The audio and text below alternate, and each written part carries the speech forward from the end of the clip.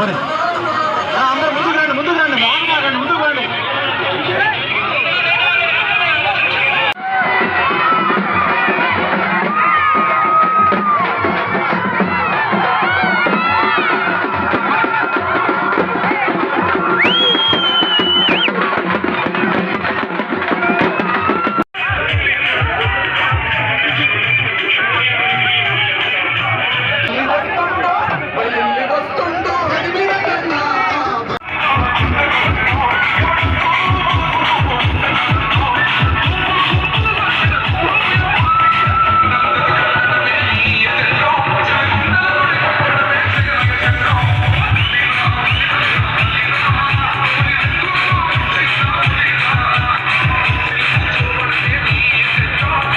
ఎవరికి కూడా ఈ రోజున రాష్ట్రంలో ప్రచారం చేయడానికి కూడా అర్హత లేదని చెప్పి తెలియజేస్తా ఉన్నాను.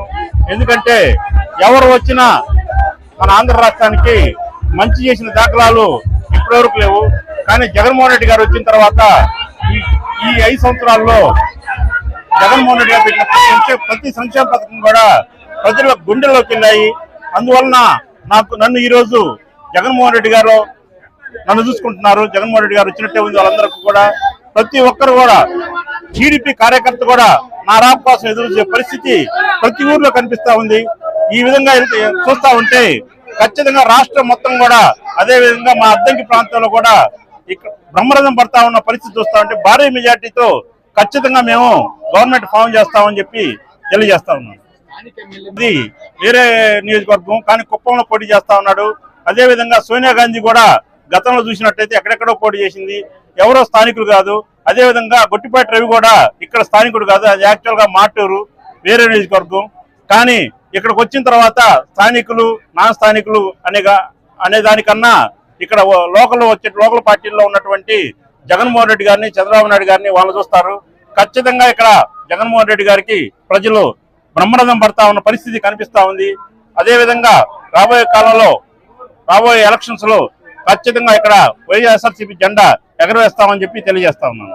చేస్తున్న దుష్ప్రచారాలు వాళ్ళకి ఎవరో ప్రజలు స్పందన లేదు కాబట్టి ఏదో ఒక రకంగా ఏదో ఒక కులాలు మతాల్లో చుట్టుబుట్టి ఏదో ఒక రకంగా వాళ్ళు లబ్ధి పొందాలని చూస్తా ఉన్నారు.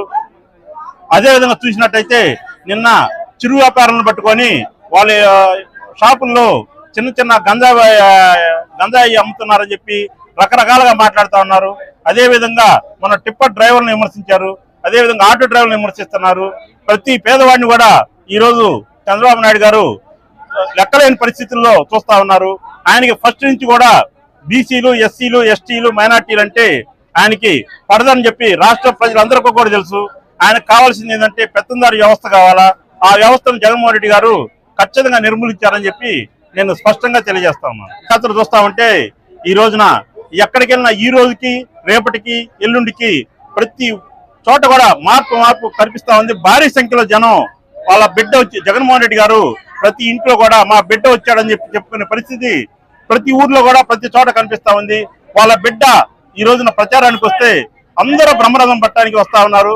అదేవిధంగా టీడీపీ వాళ్ళు చంద్రబాబు నాయుడు కానీ ఇంకా వాళ్ళ మిత్రపక్షాలు కానీ ఎవరు వెళ్ళినా పరిస్థితి ఎట్లా ఉందంటే దారుణంగా ఉంది. వాళ్ళు కూలీలు ఇచ్చి తీసుకురావాల్సిన పరిస్థితి వస్తా ఉంది. కూలీ ఇచ్చినా గానీ వాళ్ళు ఓటు వచ్చేటప్పటికి జై జగన్ అంటా ఉన్న పరిస్థితి ఈ రోజు మన రాష్ట్రంలో చూస్తా ఉన్నాము. ఖచ్చితంగా రాబోయే కాలంలో జగన్మోహన్ రెడ్డి గారికి రాష్ట్ర ప్రజలు చాలా పెద్ద ప్రభావం చూపిస్తారని చెప్పి తెలియజేస్తా ఉన్నాను. మరిన్ని వీడియోస్ కోసం ఛానల్ ని సబ్స్క్రైబ్ చేయండి. లేటెస్ట్ అప్డేట్స్ కోసం వాట్సాప్ ఛానల్ ని ఫాలో చేయండి.